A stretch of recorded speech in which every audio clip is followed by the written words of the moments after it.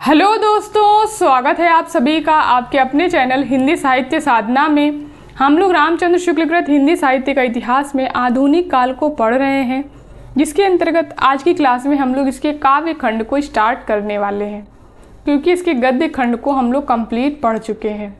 तो अगर आप लोगों ने पिछली क्लासों को नहीं देखा है तो ज़रूर से जाके देख लीजिएगा।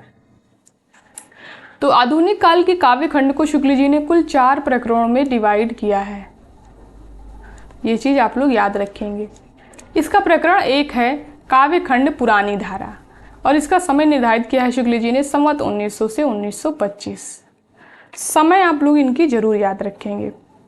तो प्रकरण 1 के अंतर्गत हम लोग पढ़ेंगे प्राचीन काव्य परंपरा, ब्रजभाषा काव्य परंपरा के कवियों का परिचय, भारतेंदु द्वारा भाषा परिष्कार का कार्य, उनके द्वारा स्थापित कवि समाज, उनके भक्ति श्रृंगार पद और पुरानी परंपरा के अंतर्गत कितने कवि आते हैं। इन सारी चीज़ों को हम लोग आज की क्लास में पढ़ने वाले हैं। उसके अलावा शुक्ल जी ने इसके अंतर्गत यानी पुरानी धारा के अंतर्गत कुल 25 कवियों को रखा है। तो ये चीज़ भी आप लोग याद रखेंगे। अब चलिए हम लोग इसको पढ़ना स्टार्ट करते हैं।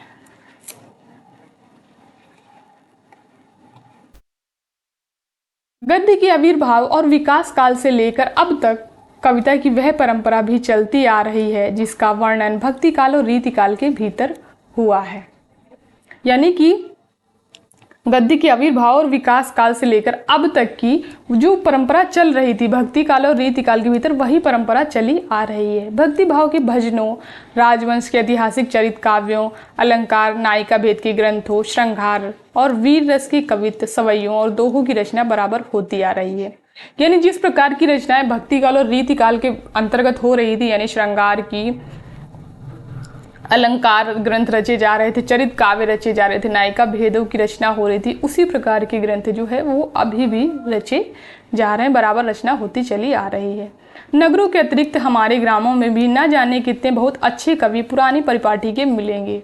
ब्रजभाषा काव्य की परंपरा गुजरात से लेकर बिहार तक और कुमायूं गढ़वाल से लेकर दक्षिण भारत की सीमा तक बराबर चलती आई है। कश्मीर के किसी ग्राम के रहने वाले ब्रजभाषा के एक कवि का परिचय हमें जम्मू में किसी महाशय ने दिया था, और शायद उनके 2-1 सवैये भी सुनाए थे। गढ़वाल के प्रसिद्ध चित्रकार भोला राम जो है ये गढ़वाल के प्रसिद्ध चित्रकार थे।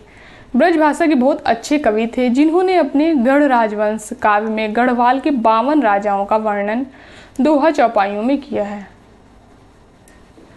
वे श्रीनगर गढ़वाल के राजा प्रद्युम्न शाह के समय में थे। कुमाऊं गढ़वाल पर जब नेपाल का अधिकार हुआ, तब नेपाली सूबेदार हस्तिदल चौतरिया के अनुरोध से इन्होंने उक्त काव्य लिखा था। यानी जो इसमें 52 राजाओं का वर्णन किया गया है गढ़ राजवंश काव्य में, इसका जो रचना है उन्होंने जो नेपाली सूबेदार थे हस्तिदल चौतरिया के अनुरोध से किया था।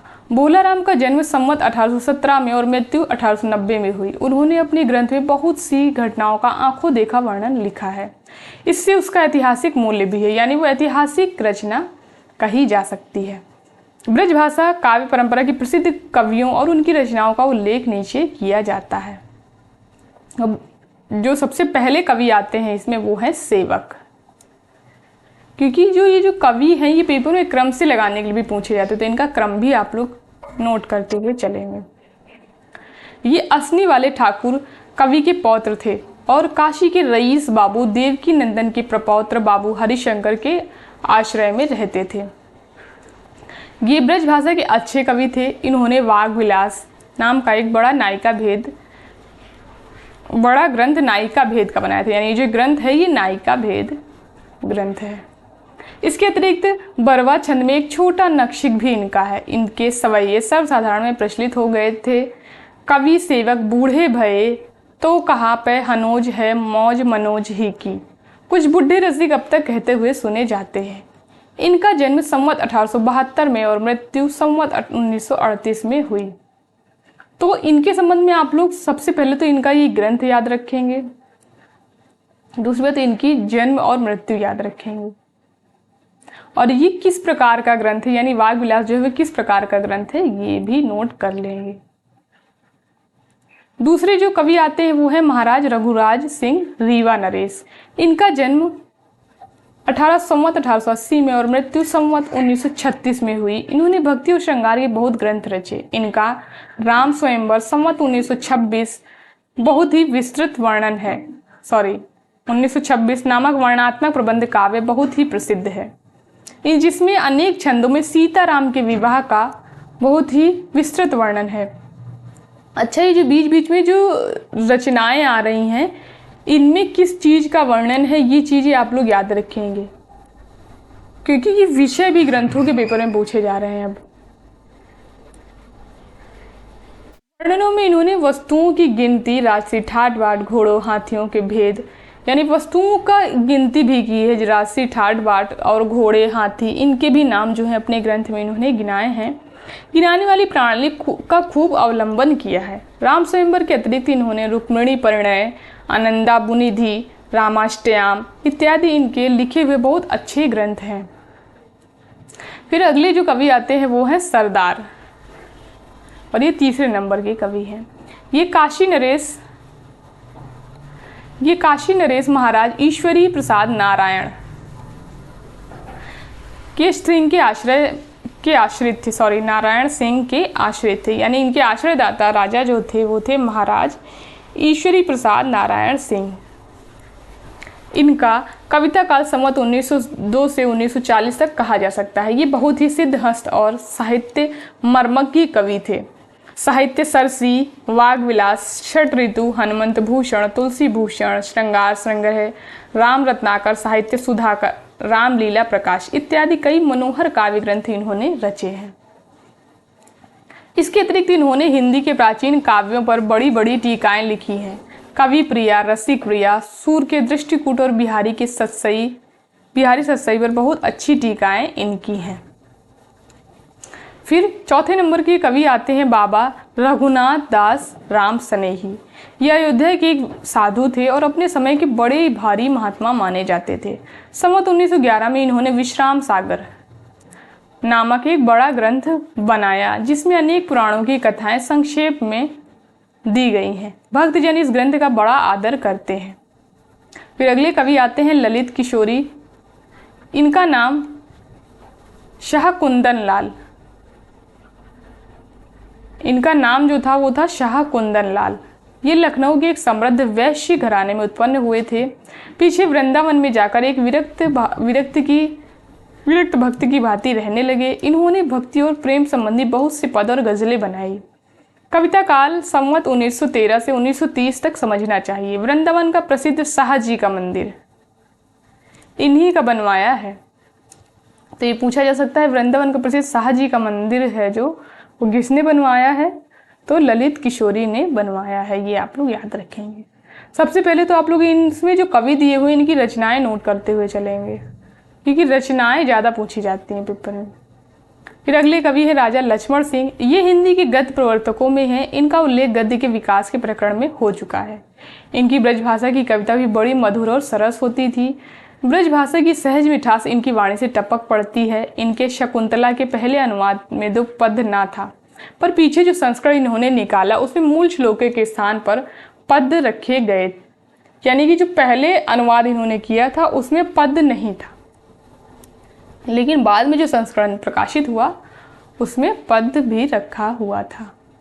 ये पद बड़े ही सरस हुए। इसके उपरांत संवत 1938 और 1940 के बीच इन्होंने मेघदूत का बड़ा ही ललित और मनोहर अनुवाद निकाला।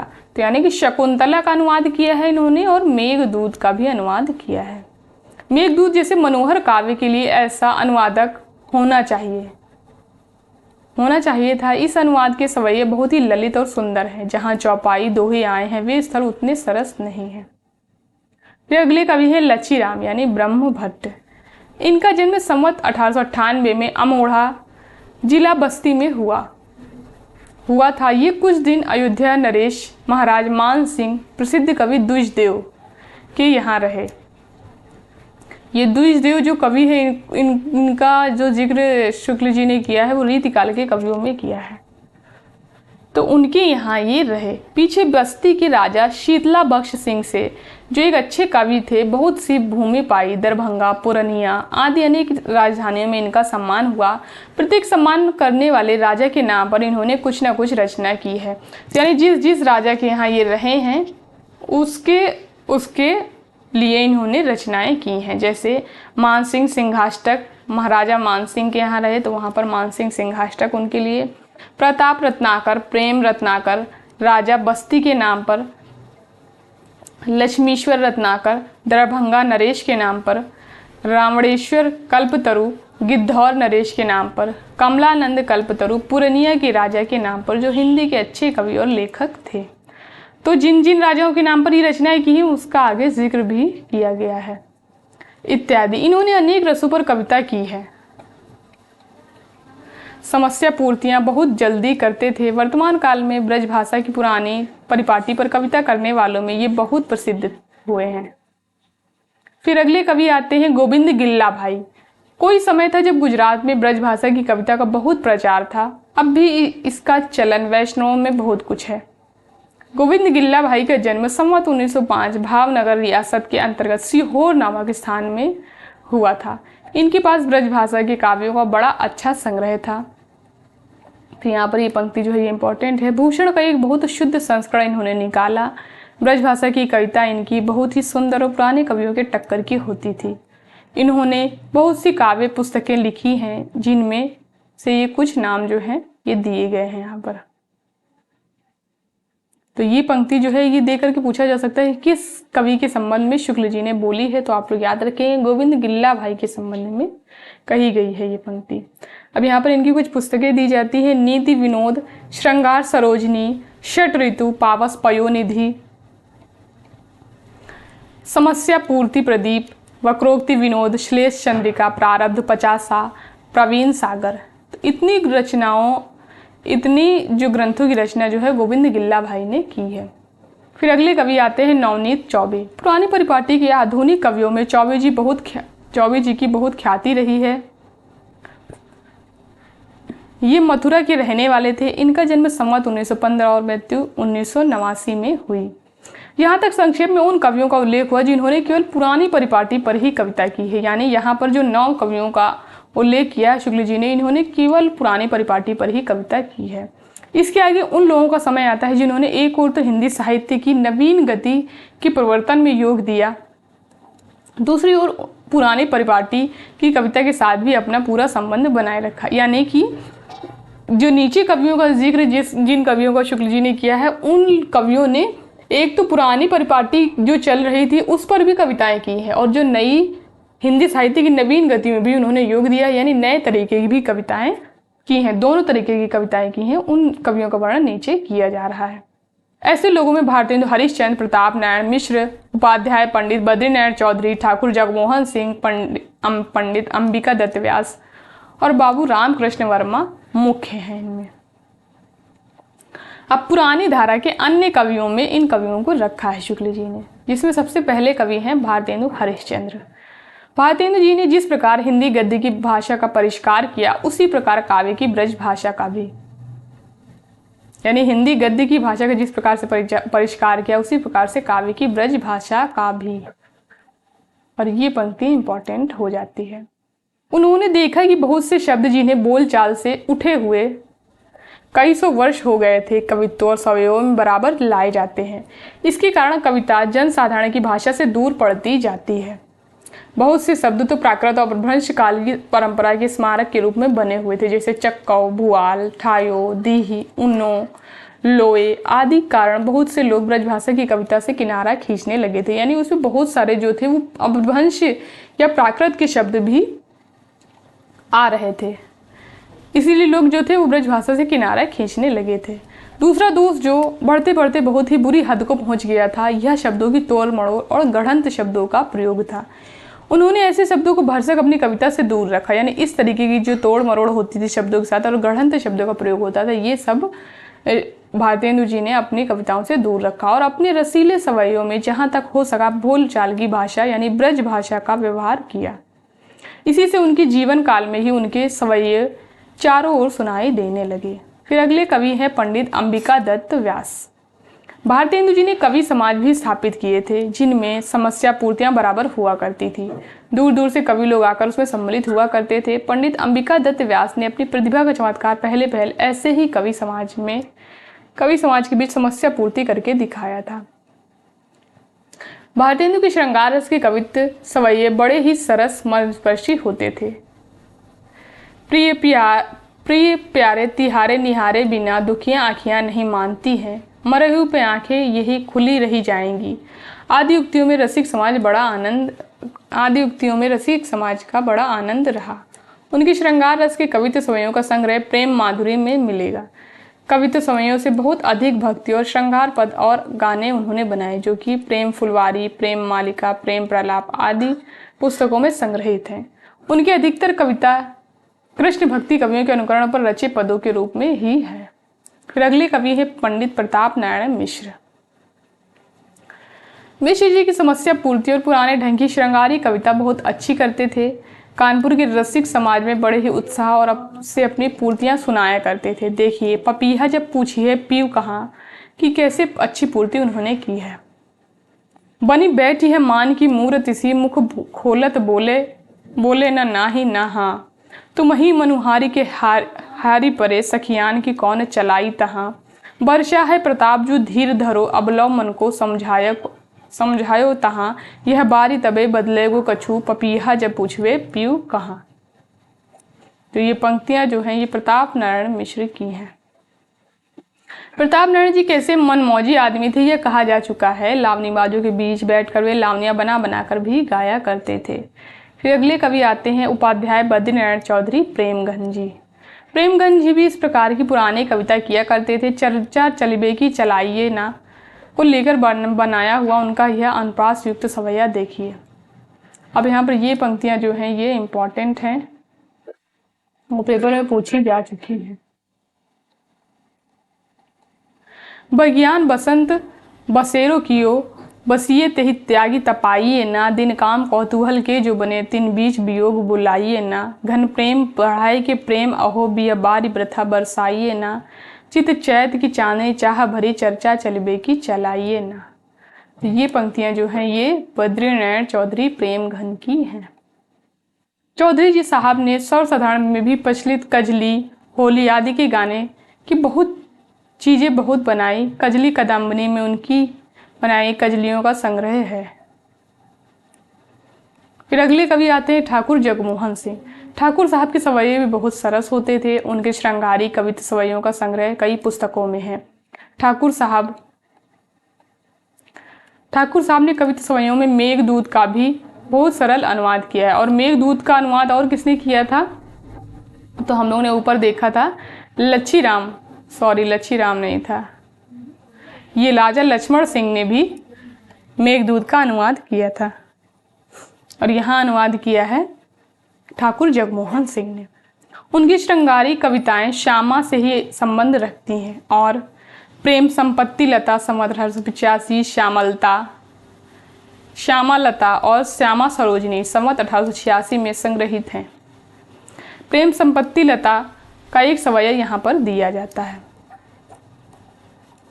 अब यूं उर आवत है सजनी, मिल जाऊं गरे लगी के छतियां, मन की करी भांति अनेकन ओ मिल कीजिए री रस की बतियां, हम हारी अरी करी ओट कोटि उपाय, लिखी बहुत नेह भरी बतियां, जगमोहन मोहनी मूर्ति के बिना कैसे कटे दुख की रतियां। तो ये पंक्तियां ठाकुर जगमोहन सिंह की हैं और ये इम्पोर्टेंट है। फिर अगले जो कवि हैं यहाँ पर दो कवियों को रखा है, पंडित अंबिका दत्त व्यास और बाबू रामकृष्ण वर्मा। बलवीरा के उत्साह से ही काशी कवि समाज चलता रहा। उसमें दूर दूर के कवि जन भी कभी कभी आ जाया करते थे। समस्या कभी कभी बहुत टेढ़ी दी जाती थी, जैसे सूरज देख सके नहीं घुघु, मोम के मंदिर माखन के मुख में बैठे हुतासन आसन मारे। यानी समस्या दी जाती थी जिसकी पूर्तियां करनी होती थी। उक्त दोनों ही समस्याओं की पूर्ति व्यास जी ने बड़े ही विलक्षण ढंग से की थी। उक्त समाज की ओर से शायद समस्या पूर्ति प्रकाश इन्होंने निकाला था पंडित अंबिका दत्त व्यास ने, जिसमें व्यास जी और बलवीरा रामकृष्ण की बहुत सी पूर्तियां हैं, यानी दोनों की ही पूर्तियां हैं इसमें, सॉरी दोनों की ही पूर्तियां हैं। व्यास जी का बिहारी बिहार, बिहारी के दोहों पर कुंडलियां बहुत बड़ा ग्रंथ है, जिसमें उन्होंने बिहारी के दोहों का भाव बड़ी मार्मिकता से पल्लवित किया है। डुमरांव निवासी पंडित नक्शेदी तिवारी अजान भी इसी रसिक मंडल के बड़े उत्साही कार्यकर्ता थे। वे बड़ी सुंदर कविता करते थे और पढ़ने का ढंग तो उनका बड़ा ही अनूठा था। उन्होंने मानो मंजरी आदि अच्छे संग्रह भी निकाले और कवियों का वृत्त भी बहुत सुंदर संग्रह किया। बाबू रामकृष्ण की मंडली में पंडित विजयानंद त्रिपाठी भी ब्रज भाषा की कविता बड़ी अच्छी करते थे। फिर अगले कवि आते हैं लाला सीताराम। इस पुरानी परंपरा के भीतर लाला सीताराम बीए के पद्यानुवादों को भी लेना चाहिए। ये कविता में अपना भूप उपनाम रखते थे। अच्छा, ये उपनाम जो दिया होता है कवियों का, ये पेपर में पूछा जाता है, तो इन कवियों का उपनाम भी आप लोग याद रखेंगे। लाला सीताराम का जो उपनाम है वो भूप उपनाम से कविता करते थे। रघुवंश का अनुवाद इन्होंने दोहा चौपाइयों में और मेघदूत का घनाक्षरी में किया है। फिर अगले कवि आते हैं पंडित अयोध्या सिंह उपाध्याय हरिऔध। यद्यपि उपाध्याय जी इस समय खड़ी बोली के और आधुनिक विषयों के ही प्रसिद्ध कवि हैं, पर प्रारंभ काल में ये पुराने ढंग की श्रृंगारी कविताएं बहुत सुंदर और सरस करते थे। इनके निवास स्थान निजामाबाद में सिख संप्रदाय के बाबा महंत बाबा सुमेर सिंह जी के हिंदी काव्य के बड़े प्रेमी थे ये अयोध्या सिंह उपाध्याय हरिऔध जी। उनके यहाँ प्रायः कवि समाज एकत्र हुआ करता था, जिसमें उपाध्याय जी भी अपनी पूर्तियां पढ़ा करते थे। इनका हरिऔध उपनाम उसी समय का है, यानी उसी समय इनको हरिऔध उपनाम मिला था। इनकी पुराने ढंग की कविताएं रस कलश में संग्रहित हैं, जिसमें इन्होंने नायिकाओं के कुछ नए ढंग के भेद रखने का प्रयास किया है। ये भेद सिद्धांत के अनुसार ठीक नहीं उतरते। फिर अगले कवि आते हैं पंडित श्रीधर पाठक। पाठक जी का संबंध भी लोग खड़ी बोली के साथ ही अक्सर बताया करते हैं, पर खड़ी बोली की कविताओं की अपेक्षा पाठक जी की ब्रज भाषा की कविताएं ही अधिक सरस, हृदय ग्राहिणी और उनकी मधुर स्मृति को चिरकाल तक बनाए रखने वाली हैं। यद्यपि उन्होंने समस्या पूर्ति नहीं की, नायिका भेद के उदाहरणों के रूप में कविता नहीं की, पर जैसी मधुर और रस भरी कविता उनके ऋतु श्रृंगार के अनुवाद में है, वैसी पुराने कवियों में किसी किसी कवि की ही मिलती है। उनके सवैयों में हम ब्रज भाषा का जीता जागता रूप पाते हैं। वर्षा ऋतु वर्णन का यहाँ सवैया लीजिए। बारी फुहार भरे बदरा सोई सोहत कुंजर से मतवारे, बिजुरी ज्योति धुजा फहरे, घन गर्जन शब्द सोई है नगारे। तो ये पंक्तियां जो है इंपॉर्टेंट है। फिर अगले कवि आते हैं बाबू जगन्नाथ दास रत्नाकर। ब्रजभाषा की पुरानी परिपाटी की कवियों में रत्नाकर जी का स्थान बहुत ऊंचा माना जाता है। इनका जन्म काशी में भद्रपद्र शुक्ल 6 संवत 1923 को और मृत्यु आषाढ़ कृष्ण 3 संवत 1989 को हरिद्वार में हुई। भारतेंदु जी के पीछे संवत 1946 से ही ये ब्रजभाषा में कविता करने लगे थे। हिंडोला आदि पुस्तकें इनकी बहुत पहले निकली थी। काव्य संवर्धिनी एक पत्रिका भी इन्होंने कुछ दिन तक निकाली थी। काव्य संवर्धिनी पत्रिका और हिंडोला पुस्तक ये दोनों ही जगन्नाथ दास रत्नाकर की हैं। इनकी कविता बड़े बड़े पुराने कवियों की टक्कर की होती थी। पुराने कवियों में भी इनकी सी सूझ और उक्ति वैचित्र बहुत कम देखा जाता था। भाषा भी पुराने कवियों की भाषा से अधिक चुस्त गठी हुई होती थी। ये साहित्य तथा ब्रज भाषा के काव्य के बहुत बड़े मर्मज्ञ माने जाते थे। इन्होंने हरिश्चंद्र, गंगा अवतरण, उद्धव शतक नाम के बहुत 3 सुंदर प्रबंध काव्य लिखे हैं। ये याद रखेंगे आप लोग, गंगा अवतरण और उद्धव शतक, ये पेपर में पूछे भी जा चुके हैं इनके ग्रंथ। अंग्रेजी कवि पोप के समालोचना संबंधी प्रसिद्ध काव्य एसे ऑन द क्रिटिसिज्म का रोला छंदों में अच्छा अनुवाद इन्होंने किया है। फुटकर रचनाएं तो इनकी बहुत अधिक हैं, श्रृंगार और वीर दोनों की। इनकी रचनाओं का बहुत बड़ा संग्रह रत्नाकर के नाम से नागरिक प्रचारणी सभा द्वारा प्रकाशित हो चुका है। गंगा अवतरण गंगा के आकाश से उतरने और शिव के उन्हें संभालने के सन्नद्ध होने का बहुत ही ओजपूर्ण इसमें वर्णन जो है वो किया गया है। उद्धव शतक का मार्मिकता और रचना कौशल भी अद्वितीय है। उसके 2 कवित्व जो हैं वो नीचे दिए जाते हैं। कान्ह दूत कैंधो ब्रह्मदूत हवे पधारे आप, धरे प्राण फेरन को मति ब्रजवारी की, कहे रत्नाकर पे प्रीति रीति जानत न, ठानत अनीति आने नीति ले अनारी की। यहाँ पर ये वाली पंक्तियाँ इंपॉर्टेंट हैं। और वो उपाय केते सहज सुढंग उधो, सांस रोकिबो को कहाँ जोग ही कुढंग है। कुटिल कटारी है अटारी है, उतंग अति जमुना तरंग है, तिहारो सत्संग है। फिर अगले कवि आते हैं राय देवी प्रसाद पूर्ण। कानपुर के पूर्ण जी की कविता भी ब्रजभाषा के पुराने कवियों की स्मरण दिलाने वाली होती थी। जब तक ये कानपुर में रहे तब तक कविता की चर्चा बड़ी धूम से रही। वहाँ के रसिक समाज में पुरानी परिपाटी के कवियों का बड़ी चहल पहल पुरानी परिपाटी के कवियों की बड़ी चहल पहल रहा करती थी। पूर्ण जी ने कुछ दिनों तक रसिक वाटिका नाम की एक पत्रिका भी चलाई थी, जिसमें समस्या पूर्तियाँ और पुराने ढंग की कविताएं छपा करती थी। खेद है कि केवल 47 वर्ष की अवस्था में सम्मत 1977 में इनका देहांत हो गया। इनकी रचना कैसी सरस होती थी और ललित पदावली पर इनका कैसा अच्छा अधिकार था, इसका अनुमान इनके धाराधर धावन यानी मेघदूत का अनुवाद जो है इन्होंने किया है धाराधर धावन नाम से। तो ये पूछा जा सकता है कि मेघदूत का अनुवाद धाराधर धावन नाम से किस कवि ने किया है, तो आप लोग याद रखेंगे राय देवी प्रसाद पूर्ण ने किया है। इससे एक पद यहाँ पर दिया गया है, नवकलित केसर चलित हरि हरित सुपीत नीप निहार कै, करी असन दल कुंदलीन जो कलिहाई प्रथम कछार पे। फिर अगले कवि आते हैं वियोगी हरि जी। ब्रजभूमि ब्रज भाषा और ब्रजपति के अनन्य उपासक हैं। ऐसे प्रेमी रसिक जीव इस रूखे समाज में कम दिखाई पड़ते हैं। उन्होंने अधिकतर पुराने कृष्ण भक्त कवियों की पद्धति पर बहुत से रसीले तथा भक्तिपूर्ण पदों की रचना की, जिन्हें सुनकर आजकल के रसिक भक्त भी बलिहारी हैं, बिना कहे कहीं रह सकते। इनकी इस प्रकार की रचनाएं प्रेम शतक, प्रेम प्रतीक, प्रेमांजलि आदि में मिलेंगी। छतरपुर से प्रयाग आने वाले राजनीतिक आंदोलन की भी कुछ हवा इन्हें लगी थी और इन्होंने चरखे की गूंज, चरखा स्तोत्र, असहयोग वीणा ऐसी कुछ रचनाएं भी की थी।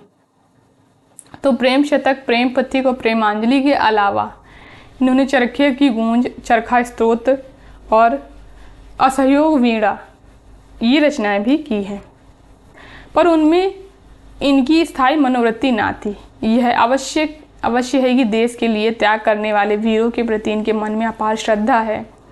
वियोगी हरि जी ने वीर सत्सई नामक एक बड़ा काव्य जो है वो दोहों में लिखा है, जिसमें भारत के प्रसिद्ध वीरों की प्रशस्तियां हैं। इस ग्रंथ पर इन्हें प्रयाग के हिंदी सम्मेलन में 1200 रुपये का पुरस्कार जो है वो मिला था। और किस ग्रंथ के लिए मिला था? वीर सत्सई के लिए इनको 1200 रुपये का पुरस्कार मिला था हिंदी साहित्य सम्मेलन द्वारा। यहाँ पर इसके कुछ दोहे दिए गए हैं। पावस ही में धनुष अब नदी तीर ही तीर, रोदन ही में लाल द्रग नवरस ही में वीर। तो ये जो है ये दोहे यहाँ पर इसके दिए हुए हैं।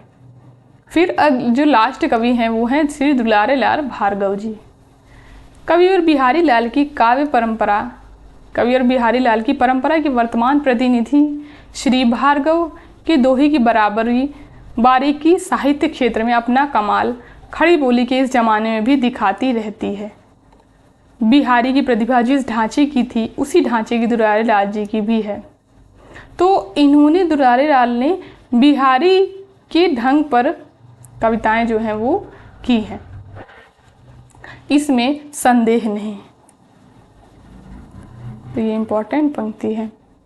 एक एक दोहे में सफाई के साथ रस से स्निग्ध एवं व्यक्तित्व से चमत्कृत कर देने वाली प्रचुर सामग्री भरने का गुण इनमें भी है। कुछ दोहों में देशभक्ति, अछूतोद्धार, राष्ट्रीय आंदोलन इत्यादि की भावना का अनूठेपन के साथ समावेश करके इन्होंने पुराने सांचे में नया मसाला ढालने की अच्छी कला दिखाई है।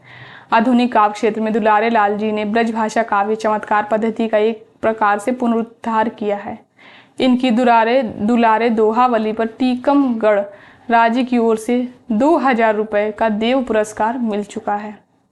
तो किस रचना में मिला है इनको? दुलारे दोहावली पर टीकमगढ़ राज्य की ओर से 2000 रुपये का देव पुरस्कार इन्हें मिला था।